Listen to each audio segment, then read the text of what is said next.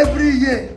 Even this Ukraine war, everything, they are reporting to me every single day I wake up. I say, they say, dear Peter, this. I say, I left from soccer. I don't know anything about what they do. They don't write me, they don't do anything.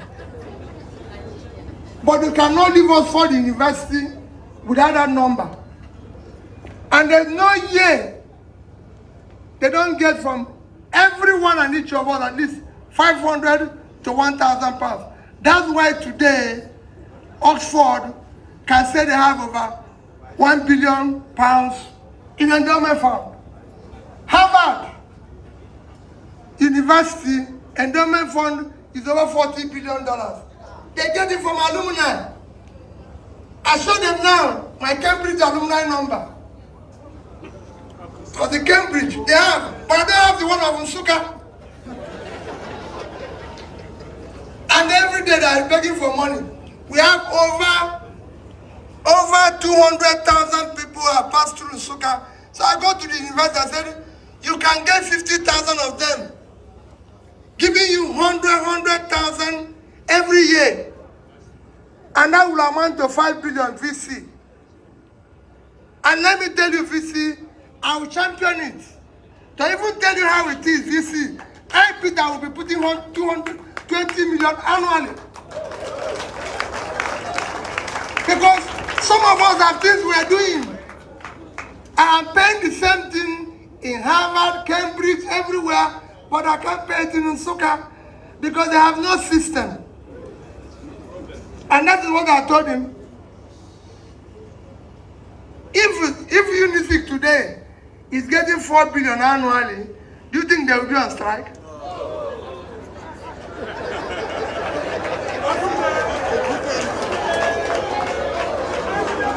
So it is for us.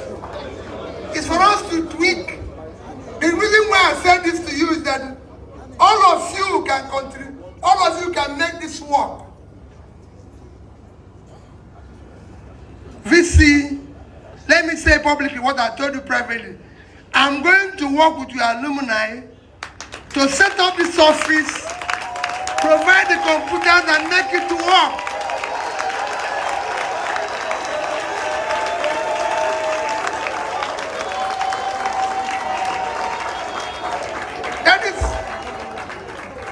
It is critical that we look at different ways of funding universities. That was a private discussion. I told him, as VC, find a different way of funding universities. You cannot do all that. But my topic today is very simple. The guest lecturer, thank you for doing justice to this topic. And of course, listen, survival of, what did you call it again? In a devastated economy. I don't know what to tell you about that as a simple thing. Nigeria today is well described here. Our economy today is very devastated. Things are getting worse. And I can tell you, don't think everything is going to get any better. No.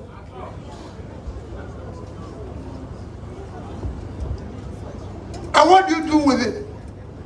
Just to give you an example so you know how bad things are.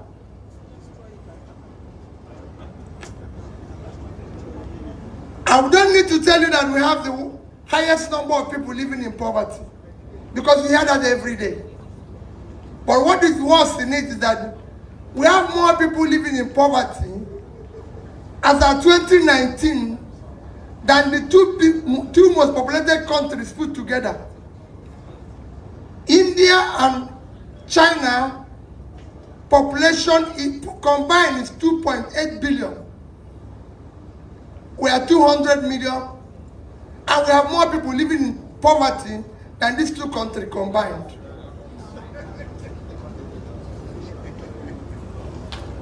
Today you are living in about, as of 2019, we are third most terrorized country. And of course, you know the banditry is getting worse. We have the highest number of out-of-school children. Everybody, this is unknown.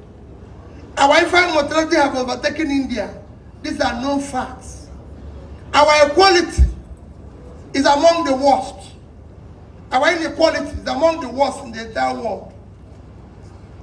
1% of Nigeria, 1% of people living in Nigeria, citizens of Nigeria, control over 70% of the assets of the country. In other countries, it's about 20, 30. Here, I can tell you it's worse. I belong to that 1%. I can tell you that for sure.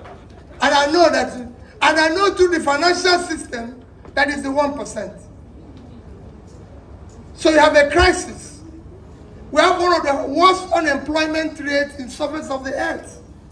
In Nigeria, a population of 200 million people, the number of people that are supposed to be working is 120 million. Today, the people that are employed and are working in Nigeria is just about 36 million. So you have over 70 million people that are supposed to be productive, not doing anything. The consequence is that you have a country that is not producing anything. It's not a productive country. You're no longer generating any revenue. You're sustaining a country by borrowing. And you're borrowing for consumption. So you see every day, the ministers say, we don't have an economic, we don't have a debt problem. We have an economic problem. Yesterday, I saw DMO showing everywhere that our debt is only 22% of our GDP. Because about $100 billion. That's only about 22% of our GDP. That is low compared to the expected ratio of 40 to 50% compared with other countries. The reality is that that 100 billion is thrown away. There's nothing wrong in borrowing. If you borrow to do investment as an individual, that is how you borrow. But if you borrow for consumption, you're finished. And we borrow for consumption. The consequence is that your country today uses 93% of its revenue to service debt. Last year, 2021, for the first 5 months of the year, January to May, our income revenue was 1,847 billion.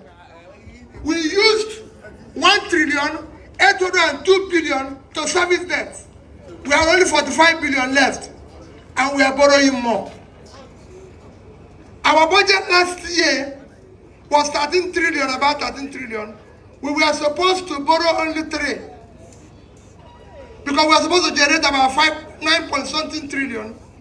But all we generated last year in revenue was 5.7 trillion. So instead of having a deficit of 3 point something trillion last year, we had almost 8 trillion deficit. This year, our budget is 14 trillion. We have projected a revenue of 10 trillion. We've now added subsidy of 3 point something trillion, plus other borrowed money. I assure you, we are not going to get more than 6 trillion this year. So our budget deficit this year will be about 10 trillion. By next year, we will borrow money to service debts because our revenue cannot even service the debts. And what is even worse? What is even worse? There's something you call sinking fund. When you borrow money and you service the debts, you are supposed to be putting money into what you call sinking fund. So when that debt matures, you pay it. Nigeria has not put a kobo into a sinking fund in the past 1 year. And some of you who are here will not know that half of the bond Nigeria is issuing now will be payable in 2050. So all of us won't be there. Because you don't know. So we are borrowing your future. That is why when Jerry Ghana said go and look for your PVC, it is important. How do you survive a devastated economy? The first thing you do is that you shut down your cost. The cost of governance in Nigeria is unacceptable. The cost of governance in Nigeria said is unacceptable. The cost of keeping a councillor, a local government chairman, a house member, governor, this, you don't have it anywhere in the world. As an individual, as a nation, you start by cutting your cost. People say to us, how did we save money in Anambra State? How did we do this in Anambra State? When I became governor here, I didn't have the privilege of anybody handing over to me. You might not know. I didn't have a privilege. When I became governor here, the government house was burnt. Everybody knew under my predecessor. The governor's lodge was burnt under my predecessor. So there was no lodge, there was no government house, there was no nothing. I was sitting on as a chairman of Fidelity Bank when I was announced governor. And I arrived here, and they sworn me in as governor, and there was no place. And I had the phone number of my predecessor, Dr. Chris Ngige, and I called him, I said, so, where is the paper? Where is the office? Where is this? He said to me, Peter, you are the governor. You are the office, you are everything.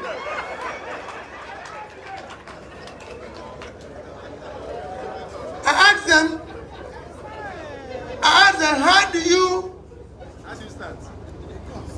have, I brought all the commissioners and the permanent secretaries.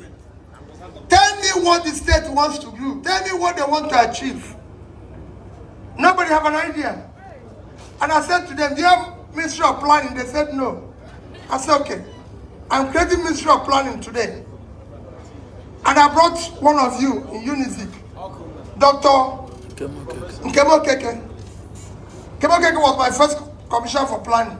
I said, Nkem, if you have not planned, we are planning to fail. Let's deal with this planning department. That's how we set up planning department. That's how I knew. And we said, what are we going to do? We decided that we are going to work along, adopt what is called Millennium Development Goals, which is a carefully articulated and developed program by United Nations. We are going to adopt it as our vision. And we say, how are we going to deliver this? And we sat down and articulated what we called Anambra Integrated Development Strategy. I want to show you how you can work when you have a situation that is devastated. After we did that study, we decided we are going to work. Pulling people out of poverty is number one thing, MDG. Number two is education. Number three is health. We looked at every angle of it and said, okay, we're not going to deal with all this. But we have no money. But we found out one thing. The office of the governor actually consumes about 30-something% of our budget. 30-something% of our budget goes to the office of the governor. And I said, no. Let's settlerize all this because we have no money. How much are we giving to fighting poverty, which is opening up rural roads?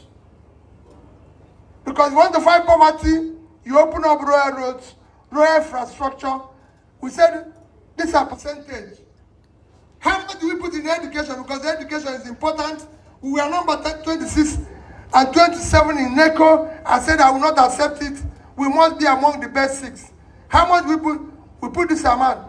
By the time we finish sharing that money, based on percentage, I can tell you, the office of the governor did not have more than 5%. In fact, it was 4% something. And everybody said, Governor, you can't survive on this. Governor, you're not going to deal with it. I said, don't worry. It is my office. Let's start from day one and let's know what we can cut. One, there's office of first lady.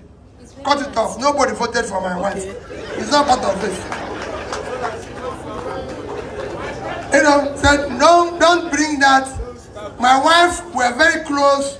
I love her. She's in my house, but nobody voted for her. Cut off that confusion. Let's not deal with that. So, that saved us almost 2.something billion naira in our budget. And I told the people, when will Governor of Anambra still have a lodge in Abuja? What are we doing with it? It was costing us this amount of money every month to service. My predecessor bought it for 1 billion naira. Very lovely place, very nice place. But it was costing us money. We had almost 80 staff there, doing nothing, except that if I come to the airport, the day I will come, they'll carry 20 cars all over the place, creating confusion. Shut it down. We don't need it. So we started chopping off our cost. I used to stay here. We had 12 guest houses of governor in this Oka. I shut all of them down. If you look at it, outside the governor's lodge, you see they were trying to build presidential lodge there. I shut down the contract. The president doesn't live in Oka, and we don't need a presidential lodge. And everybody said, no, it's in every state. I said, don't worry. It is me who needs it. Shut it down. Come to the house. This is how you used to keep Governor Solo house. No. Because I didn't have an office and a lodge, remember, there's already a budget that year, approved budget, to renovate and refurbish the office of the governor for 298 million, which is about 300 million. They've already given it a contract or something, it's already there, and I said to the person, we don't have money. We need to shut it down. Everything cost us 43,200,000. Everything. The only thing I didn't buy new was a table. There was a table used by Dr. Mbadinuju. They kept one place. So I said, listen, this is table. So why are you buying new table? Table is table. Bring this table here and polish it. We don't need this table. And that table I used it for 8 years. Nothing happened to it. So we didn't buy a new one. To refurbish the office of the governor, to refurbish the lodge, the budget was, approved budget, 486 million. Every single thing we did in that lodge cost us 81 million naira. From 486. They were trying to buy bed from Dubai, bed, chair from this. I said, listen, we're in Oka. There must be somebody that can do bed in Oka. Bed is bed. It's not it's a place for somebody to sleep. It doesn't make any difference. If you will be awake, even if they buy gold bed, you will be awake. So leave it. Let's buy bed in Oka. That's how we went to Chifudaja from Osobo. And he did bed. They said, oh, they want leather seat. I said, okay, don't want. Leather seat is chair covered with leather. Is that not? Udaja, cover this chair with leather. The leather seat. And what am I saying? That's how we went around, chopping every cost. Because we didn't have money. We said we are going to save money. People say it's impossible. We cannot save money. We cannot do this. Everywhere you go, people, oh, this. I didn't have one secretariat. As you know, there was no secretariat when I came here.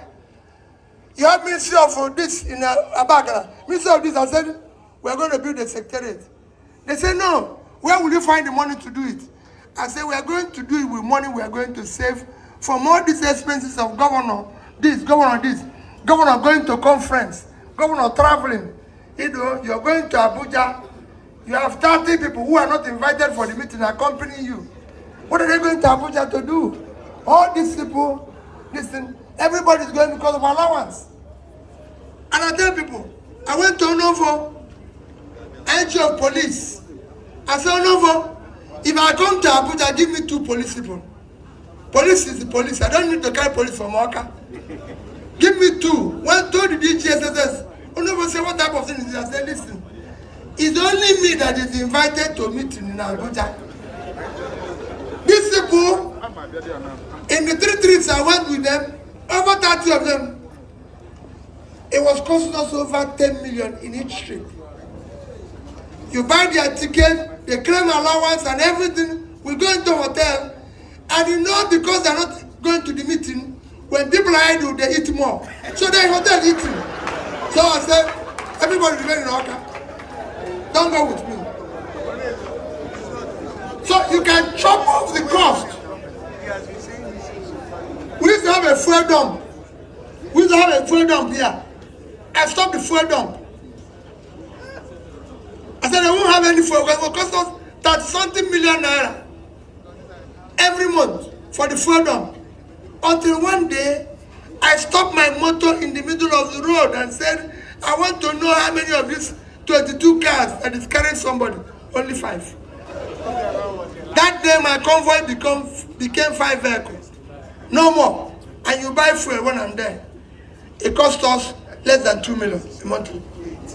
So what am I trying to say? You chop, the first thing you do when things are bad is that you shut down the cost. Our schools, our secondary school had generators.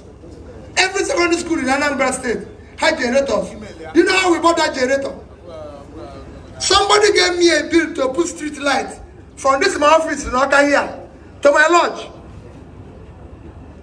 And how I'm going pouring the street light. And he get the 500 and something million naira. And I asked the Commissioner for Education, how many secondary schools do we have in Anambra State? It was about 500. I called the man who said generator, say, if I buy from you 540 kVA generators, which is just for the school to have light and fan, how much will it cost? You get about the same amount, 550 million. I say, pay this man to buy generator and keep to all the secondary schools, leave the street lights. Governor will work here till 6, 7, he goes to his house. If I don't need light on the street, these children need light to be in their school. So these are what we did. Obasanjo came here. Everybody knew how Obasanjo came here. When Obasanjo wanted to come here, I went to him and said, we don't have any place for the president to sleep. You are the president of the country. You can come in the morning and go in the evening. There's no place for you to sleep. He insisted. He said, I will sleep in Oka for 3 days. Go and find me a place to sleep. I called the people. I said, please come. I have a lodge where I live. We don't have presidential. I have a lodge where I live. Come and look at it. If it's good, I'll give you the key for 1 month. And they came. And they said, it's okay. Of course, the only person who have property in my house is my wife. I'm not trying to do this, you know. It's difficult, you know. It's even pain for me when I see her trying to go out. Because she will be running around, where's my red trouser, where's my red pig, where's my red shoe, this is. So I said, Madam, Obasanjo is coming to spend time there. So me, I don't take I'm going to the hotel.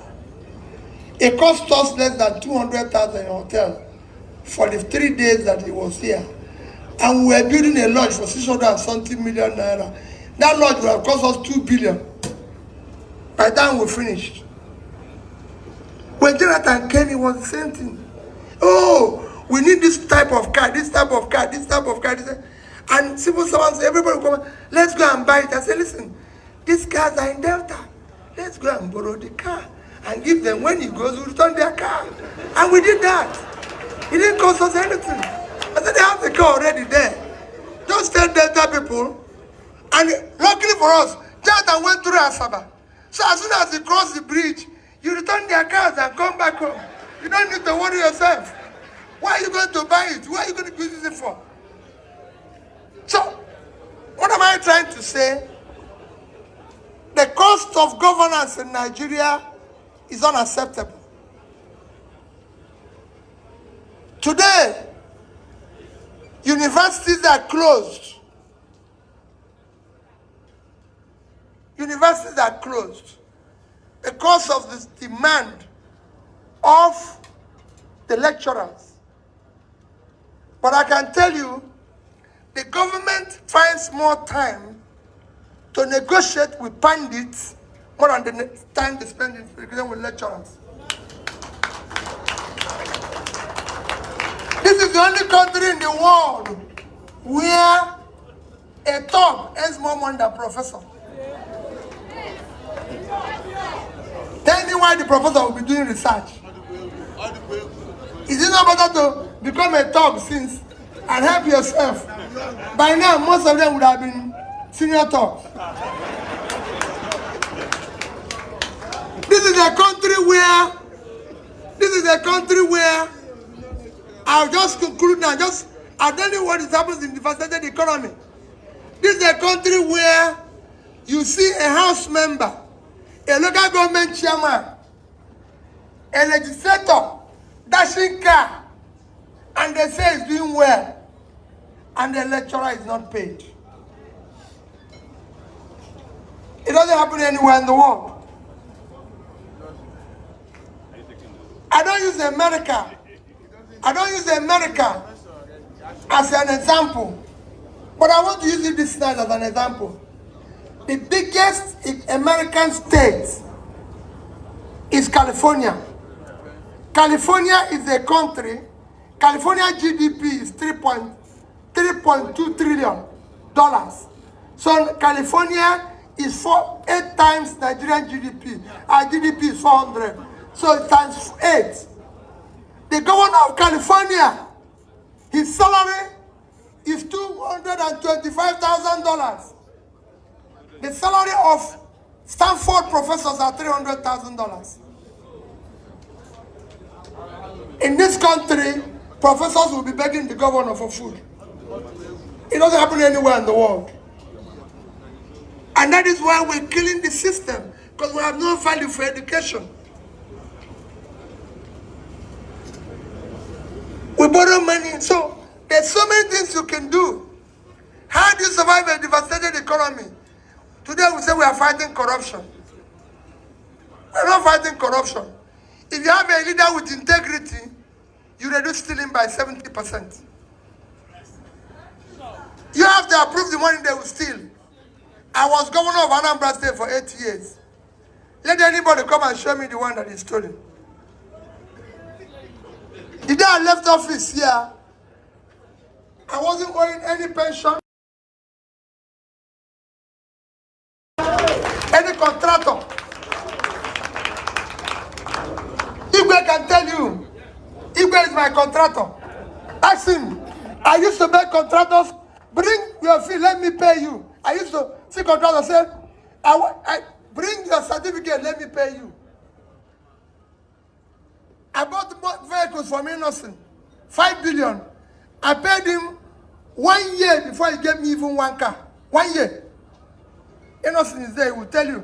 That's why he said, this is part of a B2B's legacy. And in that period, we were able to save in 3 banks. And I want to show it, and I'll come to banks. Access Bank, the day I left office, I had $50 million, 12 billion naira. I had in Diamond Bank, $50 million, 12 billion naira. And I had the Fidelity Bank, $56 million, 12 billion naira. And I was not owing anybody.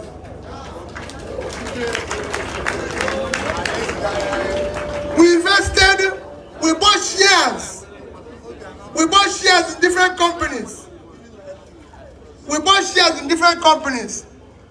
Budweiser, the company you see today, that bought International Breweries, the highest shareholder is Anambra State.